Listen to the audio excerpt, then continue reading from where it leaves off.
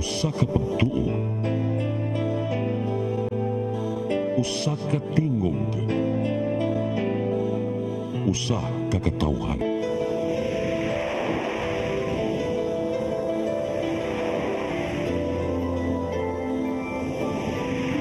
Cebu Catholic Television Network. Sa mga nanonood ngayon sa online at mga local channel ng CCTN, hello everyone, this is Deb. Mayong adlaw sa inyong tanan sa mga taga Negros kag mga taga Iloilo.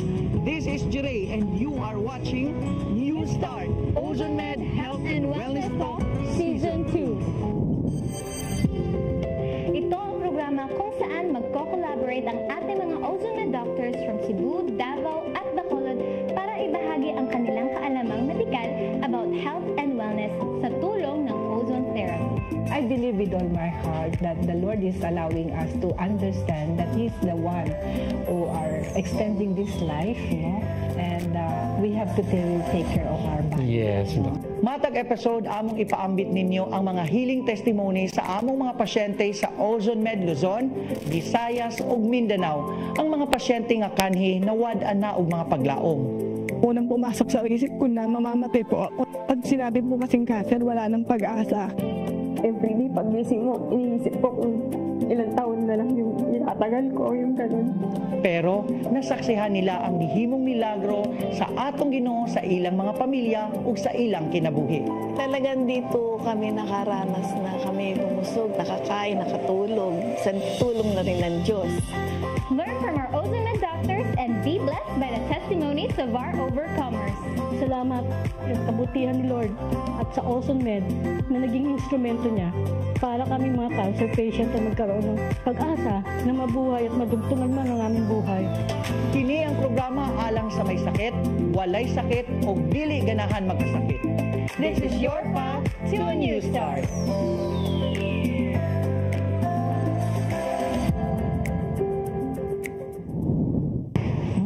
Adlaw Deb, arita diri sa Bacolod City, and kung nakikita mo dito sa likod natin, ito ang tinatawag na NGC or New Government Center diri sang Bacolod City. Katahom yun dito sa Bacolod. So Deb, smiles because we are in the city of smiles. Yes, Kuya Jure, napakaganda talaga dito sa Bacolod City at lahat halos na nakakasalubong natin palangiti. Yes. Ayan, sa ating mga kababayang Ilonggo, maayong adlaw kaninyo nga tanan. Ayan. Marunong ka mag-Ilonggo ah. Oo nga. Ito ang programa na hatid sa inyo ng Ozone Med Wellness Clinic kung saan ibabahagi ng mga doktor ang kanilang kalamang medikal tungkol sa inyong kalusugan.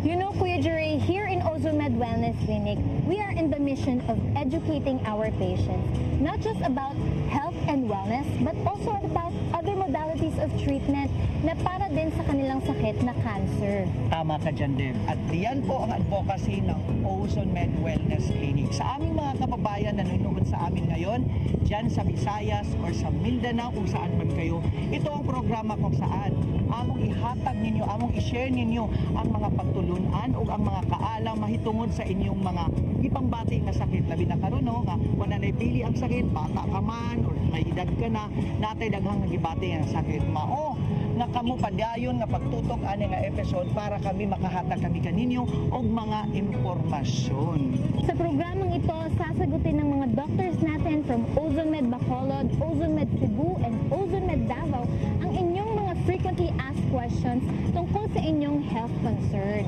At syempre, kini nga programa, mapabatanon ka man kung wala ka may sakit, pero para sa mga maedad diha nga naigibati nga sakit, because this is a program para sa may sakit, walay sakit o dili gusto nga magkasakit. At mas exciting ang Season 2, Kuya Jure, kasi magko-collaborate ang ating mga doctors from Ozone Med Bacolod, Ozone Med Cebu, and Ozone Med Davao. At pag-uusapan nila ang mga relevant health concerns like risk of cancer, chronic diseases, at the power of nutrition and the benefits of ozone therapy na talagang proven na ng ating mga pasyente. Tama si Deb. Busa ka mo diha nga nagtanaw. Very informative yung topic natin na pag-uusapan today. Kaya tawagin na ninyo ang inyong mga bana, ang inyong mga asawa, o inyong mga kailang na nakinahanglan ani nga informasyon. Siyempre, kauban ang atong physician in charge sa Ozone Med Cebu, Dr. M.I. Aguinaldo, o ang atong medical director of breast cancer overcomer for 18 years, Dr. Rio Barales, mga doctors diha sa Cebu. Maayong adlaw mga doctors. Mayong adlaw, Doc. Thank you, Deb and Jeray. We are here in Ozone Med Cebu Clinic at maayong buntag sa inyong tanan. We are here again for another episode of our Ozone Med New Start program. With me is Dr. M.I. Aguinaldo, our physician in charge in Ozone Med Wellness Clinic Cebu. Hello, maayong adlaw sa inyong tanan. Welcome to our episode for today. Wow, I'm excited. Yes. Ito na naman, may another disorder tayong pag-uusapan, Doc. Ano? May exciting topic na naman. Yes, and another procedures that we are offering here in Ozone Med Wellness Clinic Cebu. Yes. Okay. So it's a topic about musculoskeletal disorders, no? Ano po 'yun? Ano mga disorders 'yun? Ano Yan. So yung musculoskeletal disorders are injuries. Ito ay pertaining to the muscles, the skeletons or the bones, yung mga joints, ligaments na kumakabit doon sa mga bones na ito, and yung mga other pertinent parts ng mga nandun. So, nerves also pwede. And tendons. And tendons. Na nasa dulo ng mga muscles. Yes. Kasi pagka mga nananakit na mga kalamnan, di ba, maaaring masakit ang aking balikat. Kasukasuan, hindi ko maitaas ang aking kamay, especially mga breast cancer na pagkatapos ng operasyon, may immobility sila, no? So, hindi nila maitaas. That's why we are also teaching them ano yung mga exercises, ano yung mga movement, no? Na dapat nilang gagawin. Kasi minsan, mali yung pagkakapihit ng katawan, no? Yung pivoting, no? Especially yung mga naglalaro din ng golf, minsan pag mali ang ikot mo, ang daming mga nasasaktan doon, ano?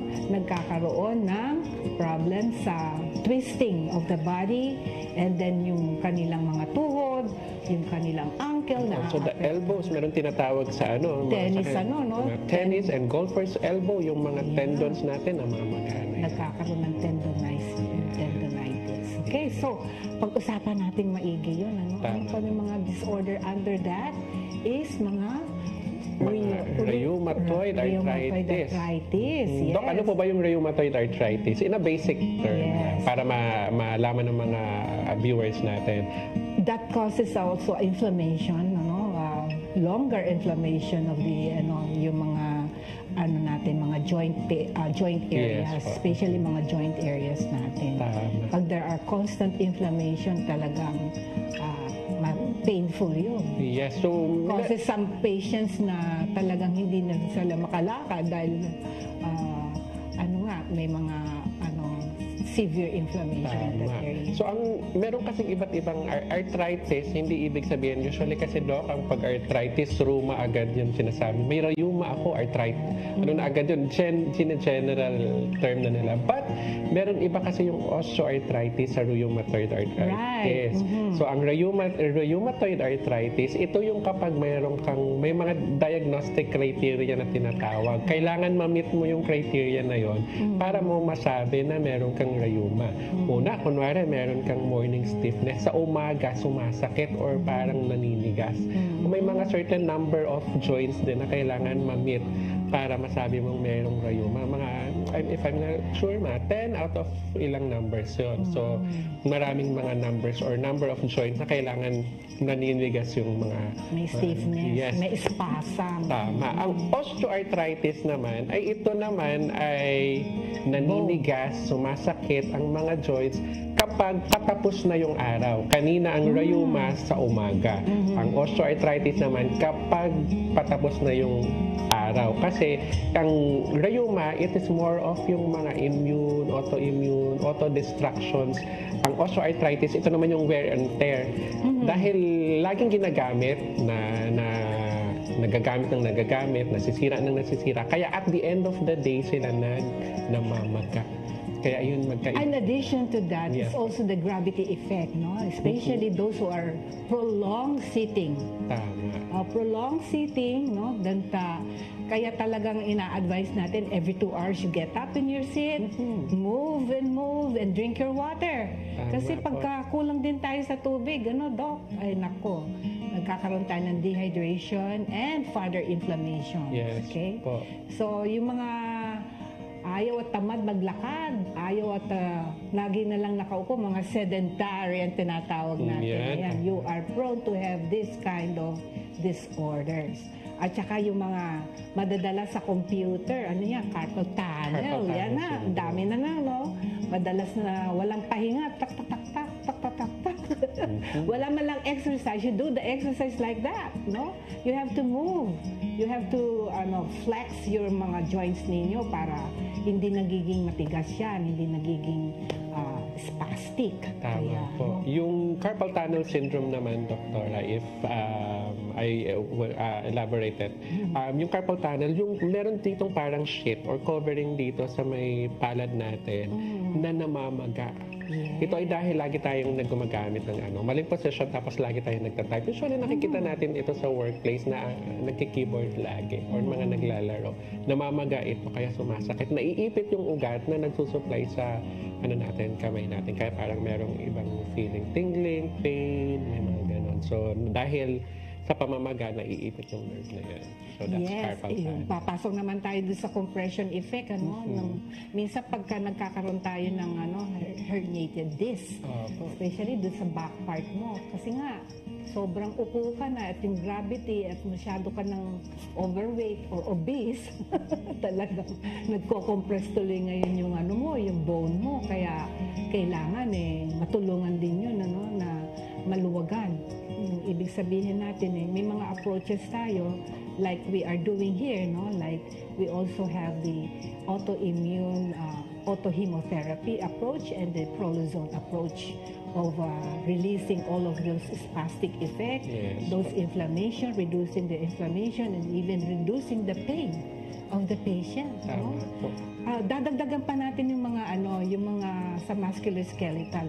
And some of you are doing a lot of athletic sports, Talagang oxidative effect po yun. Too much too much in hours na, and even 4 hours of doing the performance or sports na yun na kinakaligaya natin, Ang sabi po natin ay talagang balancing of everything here, your lifestyle and even your food intake, Kaya we advise talaga pagka may history kayo, especially na nababago o napapasadla kung may mga accident, ito po yung nagiging cause din ito, ng mga further deterioration of that area, the musculoskeletal area.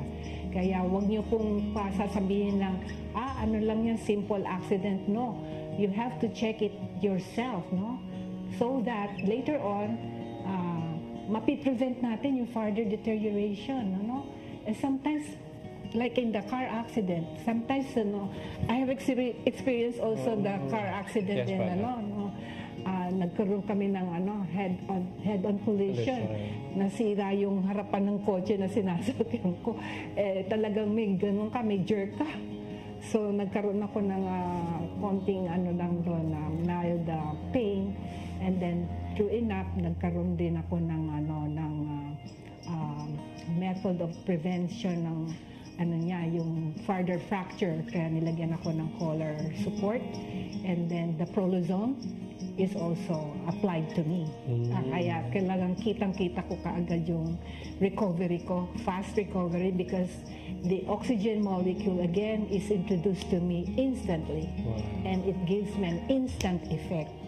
and reduce the pain and inflammation. Ayan. So, sabi nyo nga po, Doc, isang cause ng musculoskeletal disorder ay yung wear and tear, yung sobrang paggamit. Kaya din yung mga taong na laging nag-gym, na yun na lang lagi yung procedure or yung ginagawa nila sa gym na araw-araw, it's bad. Kasi give time to heal yung mga muscles natin. Kasi pag napupunit yun, tapos ang pumapalit na nun, scar na. Instead of nag-grow na yung muscle, scar na siya. Kaya kailangan, maliban dun sa gym, yung sa mga tennis, yung mga sports natin, give time to heal. Right. Kaya kailangan mayroon tayong coaching talaga. No? May mga nagtuturo po tayo ng movements na tama lang for appropriate case. Kaya huwag po tayong magpabaya ng ating kung may nararamdaman tayo na konting pain lang dyan, konti lang yan. Pero apply nyo na yung hot and cold compress. That's your first aid. You are in the house. Kasi that would give you a good perfuse circulation of the blood in that area. Okay? So, other than that, Doc, meron pa tayo yung sinabi. Ito, medyo common to sa atin, yung low back pain na tinatawag. Lahat tayo, parang sakit lagi ang likod natin. Because yung wrong position natin, na sobrang tagal natin doon, and also yung mga position natin sa workplace, dahil 8 hours tayong 8 hours tayong nakaupo. So, merong certain curvature yung katawan natin, yung mga spine natin sa likod. Pag nasobrahan din, na nakaupo ka na nga in wrong position, tapos longer time, and also yung mga malalaki yung belly, malalaki yung tiyan. So, yung nakahatak kasi paharap, so na-accentuate yung spine natin. So, nagkakaroon ng muscle spasm na dun sa likod. Kaya minsan, or most of the time, kapag meron ng mga low back pains, ina-advise natin yung patient natin to undergo yung yung program natin sa Ozone Med Clinic na para mabawas yung wellness na program natin. Yes, oo. Marami tayong matuturo doon, kaya isa yun sa mga And we also rule out yung low back pain. Sometimes talaga may mga kidney disorder or there is infection. Usually yung mga babae, urinary tract infection, madalas balakang talaga yan. At saka may mga problem then on the reproductive part. So again, we will be taking care of our health, Hindi natin to pababayaan na ganun lang yun. So you have to really test yourself, and then have also the regular checkup from your doctor, from your attending doctor. Okay? So, marami tayong maituturo talaga, to a practical tip. Kaya nga sabi ko kanina, para diretso ka na lagi, you keep yourself, o tapikin mo yung katabi mo, medyo nakukuba ka na.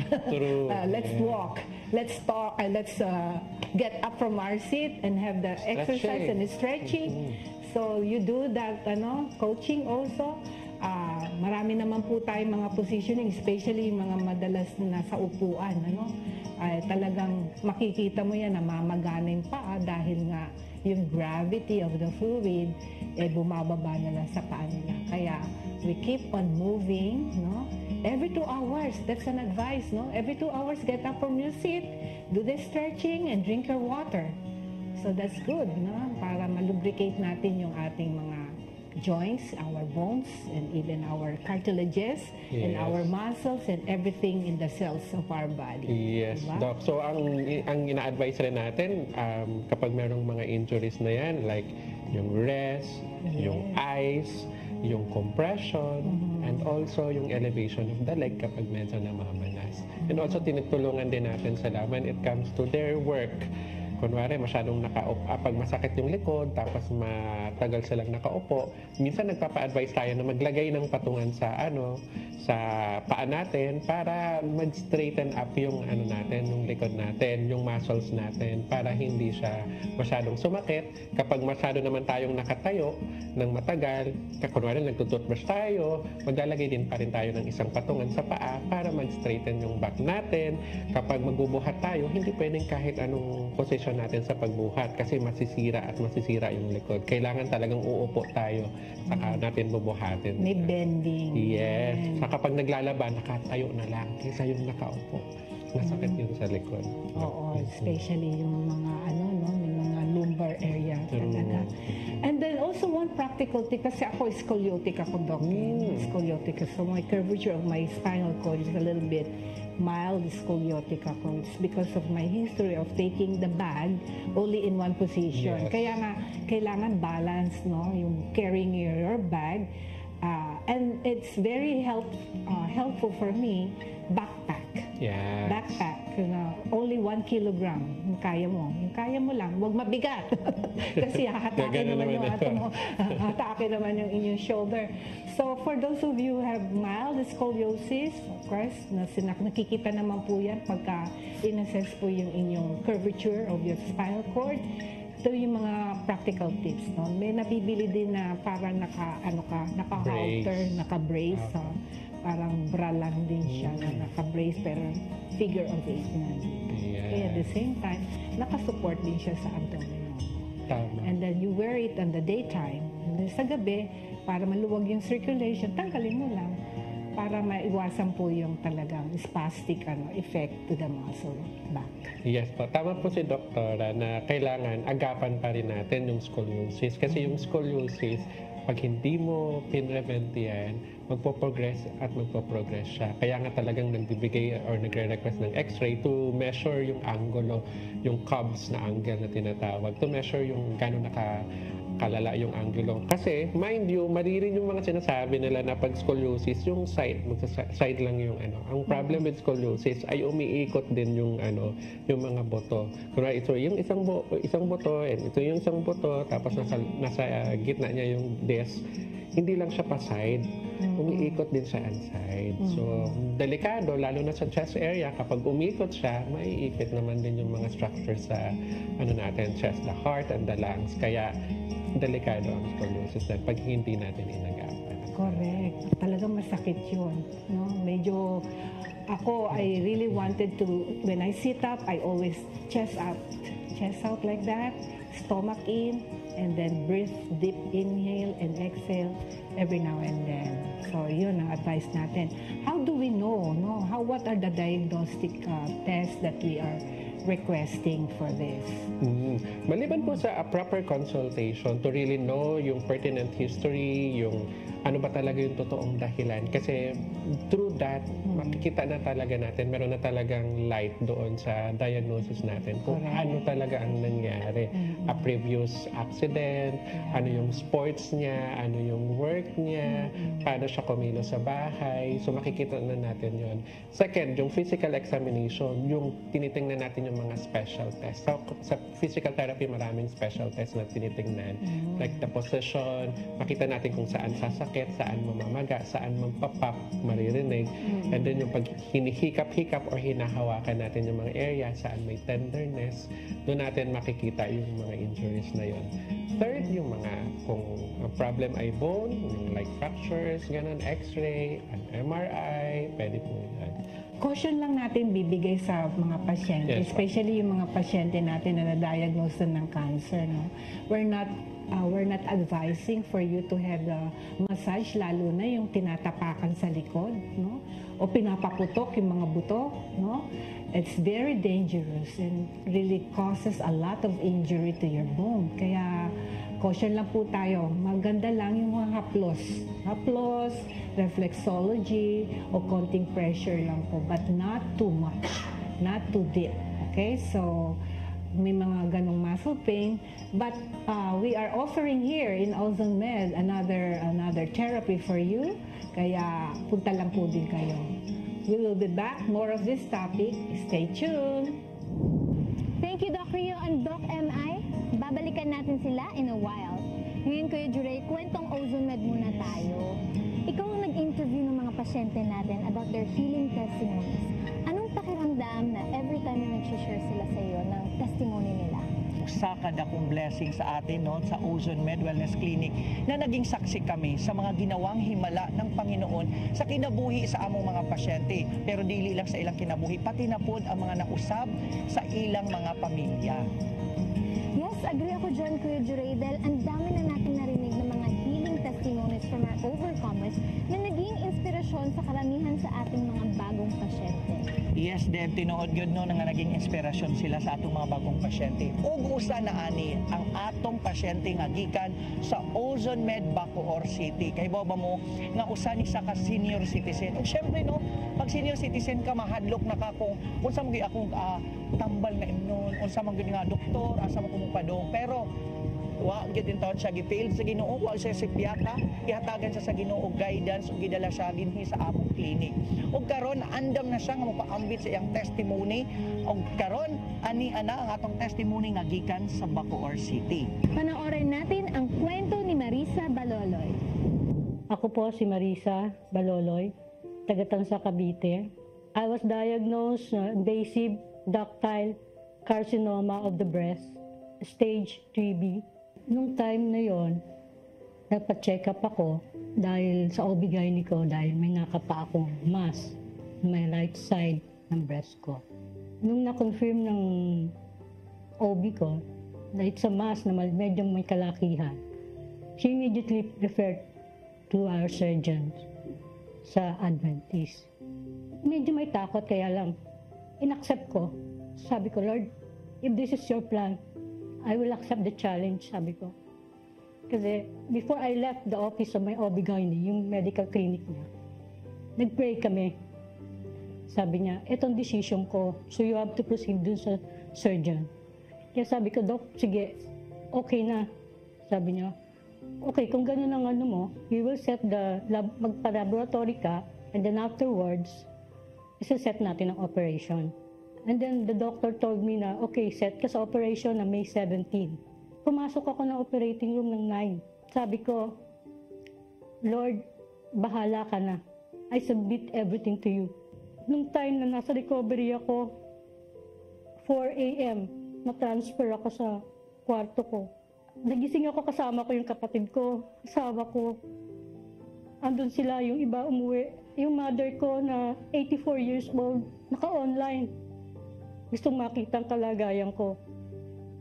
At yung anak ko, ganun din. They're crying on the other side. Sabi ko, bakit kayo umiiyak? Hindi naman ako nawala. Ito nga, buhay eh. After nung na-discharge ako sa hospital, nasa kwarto ako nun. I keep on praying. Sabi ko, Lord, bigyan mo ako ng guidance, wisdom, kung sino ang lalapitan ko. Kasi alam mo, hindi ko gusto magpa-chemo. Dahil baka hindi ko talaga makayanan ang side effects. Then, I keep on praying almost 1 hour. Talagang umiiyak ako. Yung cellphone ko, nasa side ko, nag-check ako ng Facebook ko and then napunta ako sa Facebook ng Ozone Med. I check the branches, kung nasa ang pinakamalapit sa akin, Bacoor ang pinakamalapit sa akin. And then I check also yung testimony ng mga tao and at the same time yung message ni Dr. Barales na ating director. Sabi ko, cancer survivor din siya. So sabi ko, may pag-asa. Kasi sa dami ng trabaho niya, natatagalan niya. So sabi ko, siguro ganun din sa akin ang magiging epekto. That time, nagpa-schedule na ako, appointment sa Dr. Shirley. Sabi ko, Tuesday daw. And then afterwards, pinuntahan namin. Sabi, chinek ako, ano yung mga laboratory ko, tinignan. Then after that, sabi ko, magpapaschedule na ako. I prepared Tuesday kasi nandito si doktora. So parang kung ano man yung katanungan ko, I can ask her. July na kailangan kong magpa-therapy na kaagad dahil meron akong graduation na atinan sa aking anak. Sabi ko sa kanya, nakatagal ako, 7 a.m. Bumiyahe kami sa Maynila. Tapos 3 p.m. natapos yung graduation. Nakatagal ako. Miracle, sabi nila. Grabe. Walang chemo, walang radiation, wala lahat. Sabi ko, God is good. Yun po ang goodness ni Lord. Pinapakita niya sa akin yung pagmamahal niya. Which is, na-try ko talaga. At hindi ako nagduda. Sabi ko, pagagalingin niyo ako dahil ito ang tinuro niyo sa akin. Ito ang lugar na para sa akin. The place is very conducive sa mga cancer patient eh. Andito yung mga staff na talagang very accommodating. Kaya I consider the place as a second home. Parang, tapos meron pa kaming mga Bible verses na binabasa. Andyan si pastor na keep on praying on us. Ibig sabihin na parang, this is the right place for me. Na alam kong gagaling ako. Kasi every time na nasa kwarto ako, pray ako. Pero this place is parang ang sarap maging pasyente dito. Kasi lahat sila nakaalalay sa'yo. Hanggang sumuporta, hanggang gumabay. Kung ano yung tanong mo, nasasagot naman. Mag-inquiry ko, lahat yan. Kaya I'm very thankful din sa kanila kasi kung hindi rin sa kanila, lalo na sa ating director kasi walang Ozone Med, walang infusion therapy na nangyari. Siguro hanggang ngayon parang wala pa rin. Siguro baka hindi ko na natapos ang chemo. Eto, ako nandito. Malakas at nagte-testimony na salamat at kabutihan ni Lord. Sa kabutihan ni Lord at sa Ozone Med na naging instrumento niya para kami mga cancer patient na magkaroon ng pag-asa na mabuhay at madugtungan man ang aming buhay. Nung na-try ko ang ozone therapy, naging energetic ako. Parang nag-iba yung katawan ko. Parang lumakas ako. Yung mga household chores na hindi ko nagagawa before, nagawa ko na. Life-changing talaga. Ozone infusion therapy. Ang ganda ng epekto sa akin. Ang gusto ko lang na sana magtuloy-tuloy ako. Hanggang phase 3 matatapos ko na. Tapos ang gusto ko, tuloy-tuloy ang maintenance as required by our doctor. Which is, agree ko dun. Kasi gustong-gusto ko ang ozone infusion therapy. Salamat kay Dr. Barales na nadala niya yung technology dito. Salamat sa Ozone Med family, yung mga staff. At higit sa lahat, sa family ko na very supportive. At of course, yung God. Siya ang naging sandigan ko, lakas ko, habang binabattle ko ang cancer. I might say, dinideclare ko lagi na victory Healed na ako. Everyday na pagising ko, pinalalakas talaga niya ako. Sa mga cancer patient na katulad ko, inire-recommend ako ang Ozone Med. Yung ozone infusion therapy nila, napakagaling, napakaganda ng progress sa katawan ko. Healed. Bumalik yung buhay ko sa dati. Yung dating lugmok na lugmok ako, depressed. Naranasan ko uli ang buhay ko na nakakapagbiyahe na ako, kasama ang anak ko, pamilya ko. Masaya po ako kasi gusto ko rin maranasan nyo na sana yung naranasan ko, maranasan nyo rin na maging tagumpay yung pagpapagaling nyo sa sarili nyo. Kasi hindi talaga din biro ang cancer. Talagang nakakapanibago, life-changing nga. Pero sa Ozone Med, sa Ozone Infusion Therapy, gumaling ako. Gumanda yung buhay ko lalo. At nai-enjoy kong buhay ko kasama ang pamilya ko. Maraming salamat po, Ozone Med. Ni ata karon din sa Ozone Med Davao para atong pangutanon syempre ang nag-inusara na Ozone Med Doctor dinhi sa Davao, ang atong physician in charge sa Ozone Med Davao, ang atong isa sa mga pinakabatanon na doktor dinhi sa Ozone Med Wellness Clinic, si Dr. Coles Badoy. Doc, mayong adlaw. Mayong adlaw sa tanan mga Davaoenos. Ayan, at nakikita din natin si Doc, nakikita ka rin ngayon Doc sa buong Visayas at Mindanao at syempre sa mga manonood sa atin online. Syempre Doc, no, kung si Dr. Rio at si Dr. M.I. naghisgot about cancer, unsaon pagpugong sa cancer, unsay mga treatment about cancer, dinhi sa Ozone Med holistic ta. Diba, hindi lang cancer ang ginakater nato ang atong ginatabangan, but gitabangan po nato ang mga walang sakit at ayaw magkasakit. Usa gid na sa mga pangutana sa mga nag-inquire din sa Ozone Med Wellness Clinic page, Doc, no, kung unsa ka importante yung lifestyle sa atong mga pasyente nganong nadangat man sa cancer. So Siyempre, Dok, no, isa sa mga pangutana sa atong mga pasyente, dili sila cancer patient, pero naana sila sa level nga hindi na healthy ang ilang diet. So, gitawag na to healthy balanced diet. Ang medyo may problema sila dito, no? Kasi ako din, Dok, no, wala akong pili sa kaon. And especially, kami mga Bisaya, bisag unsa nalay mo kanon po, no? So, daghan na po kailang, baka kita nimo maayo ang lifestyle, no? Healthy yung lifestyle nila, pero food pala ang may problema, Dok. Unsa ka importante ang healthy balanced diet? Yes.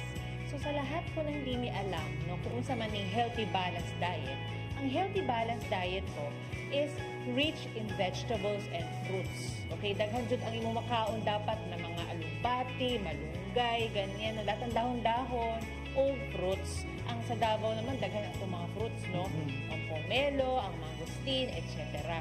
So hindi lang fruits, pero rich also in grains, mga grano. So rice, naapod ang mga oats, no, oatmeal, ganyan. And ano pa, dapat mababa ang sa salt. Dili parab jud ang imong kaunon, dapat low salt lang tayo, less than 2 grams a day.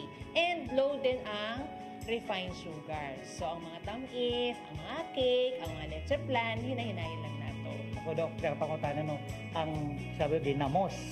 Siyempre sa Cebu, Dok, buwad. Daghan na. Siyempre naga sa ubang lugar, no, buwad. And siyempre mga tamis, Dok, kasi yung mga pasalubong nato din sa Philippines, no, yung mga delicacies natin, mga tamis. So dili din siya advisable, Dok, no, na para ma-maintain yung health mo, na kana mo perminkan on or magiging part siya ng ano mo, daily life mo.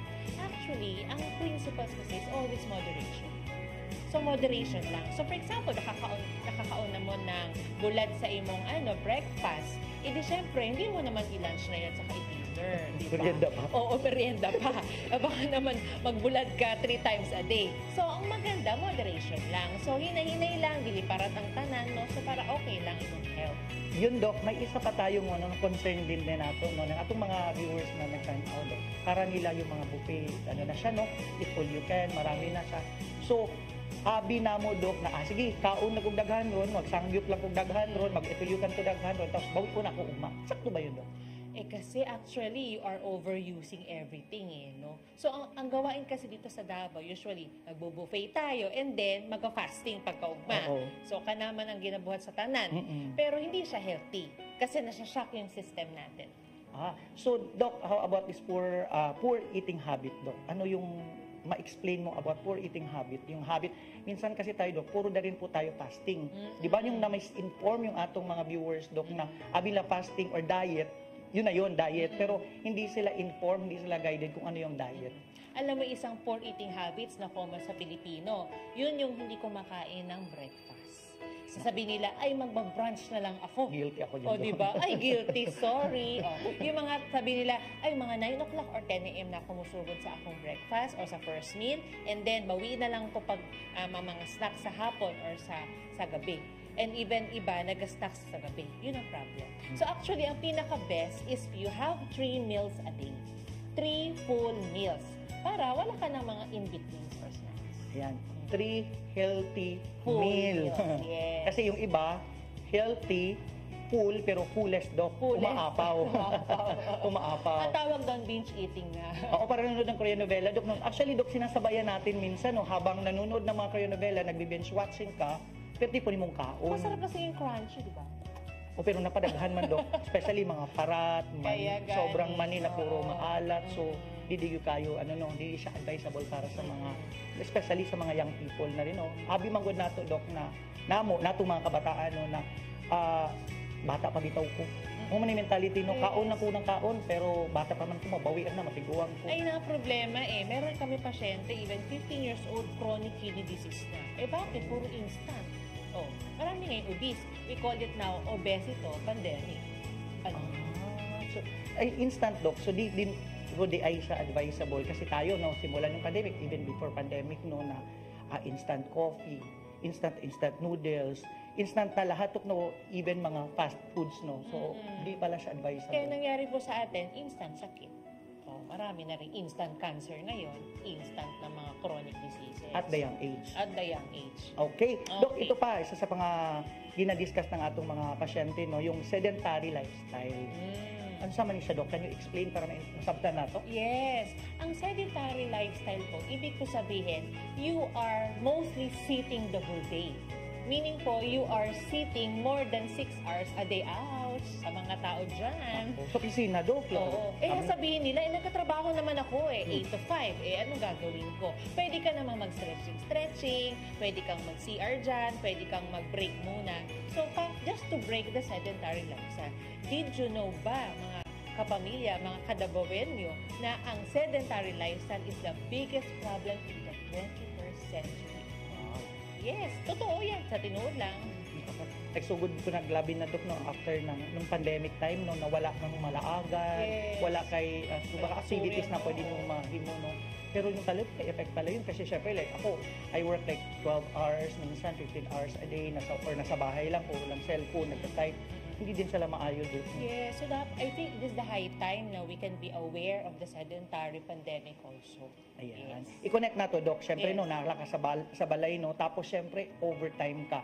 So, kulang-kulang na imong tulog. So, usa na sa, ako minsan, no, na pag kulang akong tulog, lahi lang yun ang akong pamati sa akong lawas, no. So, asahay, mubawi ko. Kulang kong tulog, 12 hours, mubawi ko halos 23 hours na kasi kapoy na kaayo. Tama ba to, Doc? Actually, ang tawag dyan, chronic sleep deprivation. So, masyadong yung term, no? Matindi. Chronic sleep deprivation. Ano yung sabihin nun? For the longest time, nag-build up po kasi yung ating deficiency ng sleep hours. So, ang nangyari, for example, ngayon, you're taking only 5 hours sleep at night. So, may kulang kang, ang normal po kasi o regular sleep, 7 to 8 hours. So, meaning 5 hours ka lang ngayon, meron kang balancing 2 hours. So, meron kang balance. Bukas, natulog ka ulit, 4 hours na lang. So, may balance kang 4. So, nag-accumulate po ito. Ngayon, pag on the longest run po, nag-accumulate siya, ang epekto sa imong lawas, nag-increase po ang stress hormone. So, pag nag-increase po ang stress hormone, that is cortisol, ano nangyari? Tumataas ang BP, tumataas ang sugar, tumataba ka, bumabagal ang metabolism. Yan ang epekto. So, not good. Ako, actually, Doc, some of my friends, no, sabi nila, tama naman yung supplementation ko. At tama, sakto doon ang kaon nila. Sakto po ang ilahang exercise. Pero yun na, ang problema, kulang sa tulog. Hindi din pala dapat, Doc, no, na dapat pala balanse gahapon ka sa tanan. Kasi ang, di ba, ang mga sleep, mga agit, mga sleep deprived agit, no, di ba, masungit, no, and then mga irritable. So actually, it affects the mental. Wow, dahil kay tag nakatunan from Dr. Coles, no, and I'm sure na katong mga nagtanaw nato din karon, no, na makarelate mo as simple as this tatlong question na akong gihatag ni Doc. Makarelate mo kasi pwedeng ikaw mismo guilty ani nga mga lifestyle. At the same time meron kang kapamilya or mga kamag-anak nimo no nga sila din nakita nimo. So it's about time for you na to learn and to be educated na din sa Ozone Med, like Dr. Coles din sa Davao, no, we have patients, Doc, na hindi talaga cancer. No, so meron na lang kino-correct lang tayo yung mga degenerative diseases, no, high blood, obesity, diabetes. Naku, daghan na po na kayo. Daghan na po sila. So daghan pa kayo pag-usapan, no, daghan pa kayo mga hisgutan, mga questions, especially sa mga walang sakit at ayaw magkasakit. So kamo man nagtanaw din ha, pagpabilin lang mo to keep in touch with us sa atong mga social media pages. And syempre po, you can contact our clinics, atong mga doctors. Sobrang di-extend miles. They have, di ba, milers ang mga doctors namin even after the office hours, no, kung may question ng pasyente, you reach out to our patient. So, daghang kayong salamat, Doc, and see you sa atong sunod nga episode. Kaya daghang kay kong mga pangutanan nimo about lifestyle and about health. Thank you so much. We're back. Pinag-uusapan natin, Doc, yung musculoskeletal disorder, ano? Yes. Now, may another topic tayo under this, no? So what is it, Doc? Yung sciatica. Oh, napaka-common nga ito sa atin. Very common yan, ano? And what do you think are the causes of this sciatica? Yan, yung sciatica po, ito po yung parang meron tayong nararamdaman na parang ugat, na masakit, na kumakalat, na parang kinokuryente mula sa likod hanggang pababa sa likod ng hita natin. Maraming causes nito, Doktora. Una, ito ay kapag naiipit yung mga ugat na lumalabas sa buto. So, maraming causes. Pwedeng baka merong mass doon sa area, or baka yung buto ay kumikipot yung daluyan ng yung paglabas ng ugat. Nerve, yes. Yes, o kaya yung buto na in between na to ay na-compress. Or pwedeng dahil sa pregnancy. Yes, pwede rin po nangyayari po ito. Yan. Kasi habang lumalaki yung kanyang tiyan nagkakaroon ng ipitan doon, compression. Yan. So any other causes po na alam po ninyo, Doktora? Also yung mga injuries, another cause ng sciatica din, mga accidental, mga sobrang super oxidative usage of that certain part, na talagang pinabayaan mo na at sinobra-sobrahan mo na, lalo na yung mga nasa sports, yung mga nasa athletic, talagang super, because they wanted to check and their performance, sometimes talagang may limit din po yung natin, yung paggamit ng mga muscles na to. Remember, when there is an excessive usage of this, the muscles, the joints, and the area, naglalak na ng oxygen yun nararamdaman mo na kaya nagpo-form na rin yung mga lactic acid mo yun ang causes ng ng mga painful and irritation in that area. Kaya again, lack of oxygen, yun din ang one of the factor and causes of this mga nerves, pain, sciatica nerve pains. So maliban po dun sa mga merong nagko-compress sa kanya, pwede pong nagkakaroon ng innate problem mismo sa spinal cord. Yung mga cauda equina or conus medullaris, yung area ng spinal cord na yun sa pinakadulo, pwedeng dahil may problem doon, yun yung nagmamanifest yung sciatica. Additional to that is the excessive weight of the patient. Kaya talagang may mga ganong problem, sciatica nerve, paano naman kung may sciatica pero underweight naman siya? Again, another history is important. When that person have an injury or accident, of fall or fracture, it causes also that kind of disorder. Question, Doc, if you have cancer and pwede po ba magkaroon, kunwari merong sa bones? Oh yes, definitely. Kaya nga minsan na rin tayo, caution tayo Nag-iisip na rin ng doktor kung metastasis ba to, galing sa primary tumor, pumupunta na sa bones, sa joint parts. It causes a lot of things. That's why talagang mahalaga yung the treatment on the initial phase of the program. Kaya tayo dito talagang gustong-gusto natin na mauna ma-oxygenize, Alam mo, pag sabi ko lagi, ini-emphasize natin, a well-oxygenated cells produce a good outcome. Remember all of these injuries, pagka na-oxygenize yan, para siyang para siyang binugahan ng fresh air. Rainforest air na punong-puno ng oxygen. Kaya buhay, nare-restore yung area na yun. Tama. So, kanina na-discuss na rin natin kung ano yung mga manifestation or symptoms ng pagkakaroon ng sciatica. Ito ay parang nangunguryente na kumakalat mula sa likod, papunta sa likod ng hita natin, at pwede itong mag-increase yung symptoms kapag may mga possession tayo na lalong magko-compress doon sa area ng sciatic nerve.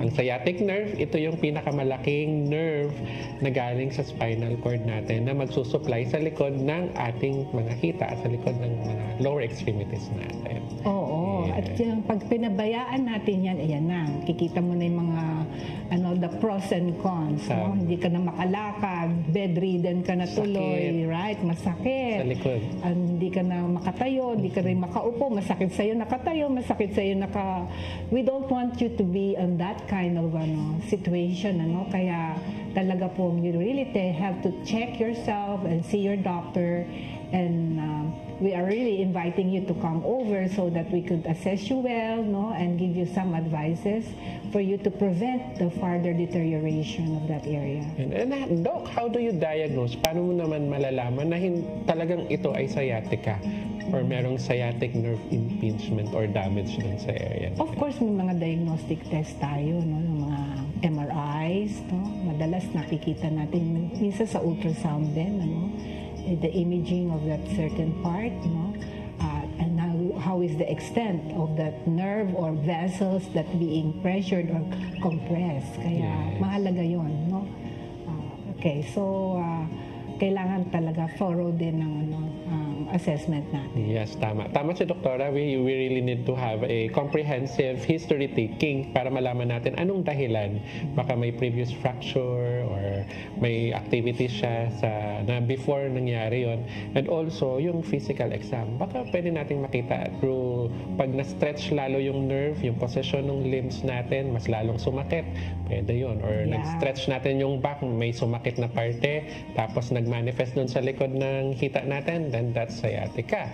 And also, makita rin natin through the imaging kung merong mga compression fractures or merong pagkikipot doon sa mga butas na nilalabasan yung sciatic nerve. Correct. Ka dyan, Doc. Now, let's go back to the management and ano ino-offer natin treatment dito. Yan. So, ang isa nating treatment natin dito ay maliban po sa the minor autohemotherapy na ginagamit natin kasi we really need to act doon sa buong parte ng katawan natin. So, with the bloodstream na doon yung ginagamit natin ay pupunta doon sa pinakamaliit or pinakamalayong parte kasama na yung sciatic nerves. Second, nire-repair niya yung sciatic nerves. Second, yung prolozone na tinatawag. Yes, it's a procedure again, wherein we do the direct injection of the ozone molecule into the muscle, to the joints, into the bone.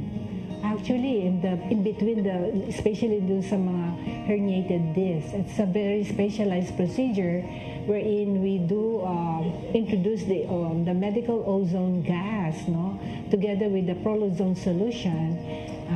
It causes some flexibility on that part at talagang parang po siya, nagkakaroon po ng removal of this compression effect, the pressure effect, so that it would cause also the reduction of pain and inflammation on that area. Kaya available na po yun. Ang tawag po doon ay prolozone procedure. Okay? Ayan, tama. So maliban dun sa sinabi natin, Doktora, na minor autohemotherapy and also the prolozone, tuturuan din po natin kayo, yung mga patients natin with sciatica, on the lifestyle pa rin. We really need to decrease yung other factors that causes pain and inflammation. Ayaw natin magkaroon ng additional insult sa area. O na paano yung mga ergonomics, yung positioning nila, yung lifestyle nila, yung mga processed foods na nakakakos ng inflammation. We really want to address that. Aware sila doon. Yes, Okay. And also, abangan natin ang pagdating ng another light therapy procedure and the hyperthermic procedure for those of you who are really suffering from severe pain. Talagang malaking tulong ito. Plus, of course, the introduction of the ozone therapy for all our patients. May mga pains, may mga ganitong disorders, ay talagang malaking tulong ito para sa kanila. Ayan, kaabang-abang naman yan, Doktora. Pero can you give us a brief description o kung ano po yung mga bagong kailangan makaabang? The hyperthermic is a procedure again wherein the patient would just lie down. Sometimes meron din tayong positioning nakaupo sila wherein when there is an increase of the body heat, it produces and releases our heat shock protein. And then this causes our circulation to be more adaptable for the permeation or infusion of the oxygen molecule. Kaya, di ba, pagka nagpawis ka ng maigi, parang ramdam mo na talagang ginhawa dahil nakalabas lahat yung mga toxic matters na yan in our skin pores. Yun ang pinakang general principle doon, and then also the light therapy has something to do with the rays of that light therapy would also help heal, then reduce also the pain and inflammation of the patient. Yes, the light therapy this is parang matagal na itong ginagamit talaga. The light therapy for the inflammation and healing, wound healing. So, kaabang-abang po talaga to. Lalo na sa we're excited for that and bringing in here over in Cebu City also. Okay? So, yun pa. Marami pa rin tayong practical tips and counseling also. Once they are in their home, also, we are also giving them advice of what to do, yung para mga first aid ninyo pagka nagkaroon po kayo ng a little bit of sleep, parang nadulas, wag po basta mamasahihin yun, no? Yes. All you have to do is to apply first the cold and hot compress, no? First the cold compress in the first 24 hour, and then later on hot compress naman.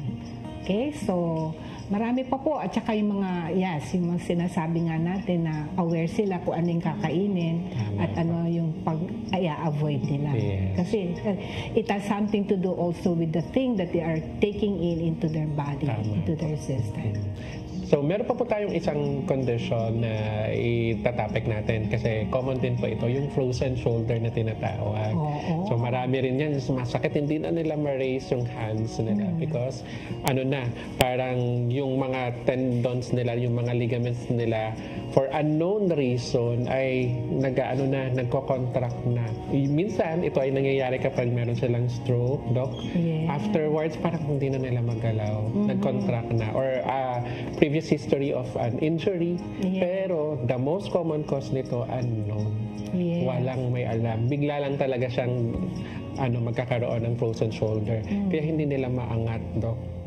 Sobrang sakit na either dito, sideways, or in front. So, ang usual ginagawa natin dito ay yung mga hot compress, the ultrasound sa physical therapy rehab, and then kailangan din natin itulungan with the right exercise and stretching. And also, yung ating treatment sa ozone med, which is the ozone therapy. Yes. Okay, I'm talking about the mga pasyente natin sa breast cancer kasi after operation, we are also advising them the proper movement of their to prevent the lymphedema.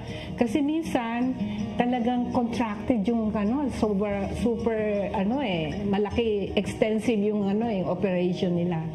Kaya minsan talaga nagkakaroon ng immobility. Because of the adhesions and contracture of the yung mga tissues na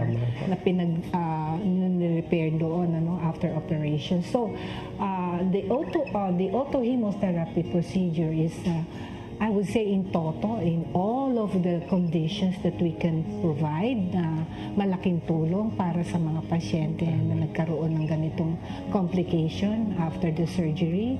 Kaya again, we can also apply this sa frozen shoulder mo na sinasabi is a prolozone procedure. So it's a direct injection again of the oxygen molecule of medical gas and with the prolozone solution. Okay, so marami po tayong maitutulong at ma-offer po natin para ma-alleviate, mabawasan yung kanilang mga kaisipan, yung anxiousness nila, yung pains po nila na nararamdaman. Gawin niyo po kaming kabahagi ng pagtulong na ito at mabigay po natin ng mga maraming impormasyon katulad po nito na magbigay encouragement at pag-asa po sa mga taong naghahanap ng kalunasan ng kanilang mga karamdaman. And for this, really, we owe it all to the Lord, na lagi po tayong lalapit talaga sa Kanya. So to wrap up, Doc, maraming salamat sa mga information na sinishare mo din in our experience right now. I thought I would just be handling breast cancer, but who are we na hindi natin tanggapin yung naghahanap talaga ng kalunasan at marami tayong yun ang kalakasan din natin, nadidinig natin sa mga pasyente na ang improvement nila, na yun ang ating parang gem, a treasure that we could also offer to the Lord of our gratefulness. For me, it's a gem, an offering of praise and thanksgiving for the Lord extending this life for me and sharing this experience to a lot of people. And so, we invite you, all of those who are viewing this program, alam niyo po, ako din po, lumapit po sa ating Panginoon, banal na dakilang manggagamot, ang Panginoong Jesus, na siyang dahilan po ng katuparan ng ganito pong adikain, na pagtulong po dito sa Pilipinas, na may kaparaanan po na binigay ang Panginoon sa ating panahon ngayon. Kaya po, anyayahan ko po kayo na manalangin po tayo at kilalanin natin ang kabutihan ng Panginoon na sa pamagitan po ng ozone therapy ay nabahagi po natin ang katuroang ito at na-experience po ninyo ang kaginhawahan na maidudulot nito sa inyong katawan. Okay? Tayo po ay manalangin. Panginoong Hesus, salamat po. Tanging ikaw ang aming pag-asa. Tanging ikaw ang dahilan kung kaya't ang buhay na ito ay dapat lamang naming ibalik ng may pasasalamat at focus sa iyo sapagkat walang imposible sa iyo, Panginoon. Kinikilala ko, Panginoon, na ako ay nagpabaya din sa aking kalusugan. Kaya patawarin mo po ako sa lahat ng mga pagkukulang kong nagawa. Kinikilala ko din ang kahalagahan, Panginoon, ng iyong pagkamatay at muling pagkabuhay. At ito po ay upang kami ay sagipin sa pagkakasala at kalunasan sa aming sakit. Kaya ngayong Panginoon, ibinubukas ko sa iyo ang aking puso, pinapapasok kita at tinatanggap bilang aking Panginoon, tagapagligtas at dakilang manggagamot. Ako po ngayon ay susunod sa kalooban mo at ito ang kalooban mo sa akin, na ako ay mabuhay ng eternal life at tanggapin ang kalooban mo na siyang nagbibigay ng lunas sa aking sitwasyon sa kasalukuyan. Kaya salamat din, Panginoon, sa probisyon na idadaloy mo po sa patuloy na paggagamutan ko. At salamat din po sa karunungan at kalakasan na ibibigay mo po sa akin upang sa aking pagdesisyon, Panginoon, mangyari nawa ang kalooban mo sa akin. Ito po ang dalangin ko sa pangalan ni Jesus. Amen. We happily invite you to our clinic here in Cebu sa Unit 1207 sa BPI Corporate Center sa Cebu Business Park near Metro Ayala. See you there. Yes, we see you in our next episode. See you there. Daghang salamat Doc MI and Doc Rio at sa inyong mga nanonood sa atin ngayon. I hope na marami kayong natutunan sa episode natin today. Huwag pa mo nga mga nagtanaw diha, i-share ni sa inyong mga kailang na nakinahanglan ani nga informasyon kasi sigurado yun mi na daghan patag matabangan kung sila makabati ani. Kung kamo din ha, nagkinahanglan mo og mga laing informasyon or ubang informasyon mahitungod sa ozone therapy, tanawa kining nakita ninyo karon nga QR code para sa consultation sa atong mga branches sa Ozone Med Davao, Ozone Med Cebu, dinhi sa Ozone Med Bacolod para makakuha mo special privileges o discount kung kamo mo ato sa among mga clinic. O syempre, bisitahan po ninyo ang among mga branches sa Ozone Med Cebu nga atbang lang sa Ayala Center, sa Ozone Med Davao nga dool or atbang sa Volcatchong na restaurant, o syempre dinhi sa Bacolod City na kinusara ang atong Ozone Med sa O Square Building. To know more about ozone therapy, please visit our Facebook page, Ozone Med Wellness Clinic, and our website, ozonmedclinic.com. Also follow us on our social media on Instagram and on TikTok. This is Deb. Magkita-kita ta sa sunod nga episode dinhi lang sa CCTN Channel 47 og kamo diha nga nagtan-aw sa inyong mga probinsya, matan-aw ninyo ni nga episode pinaagi sa inyong mga local cable channels. Ako si Jere og kamo nagtan-aw sa New Start Ozone Med Health and Wellness Talk Season 2.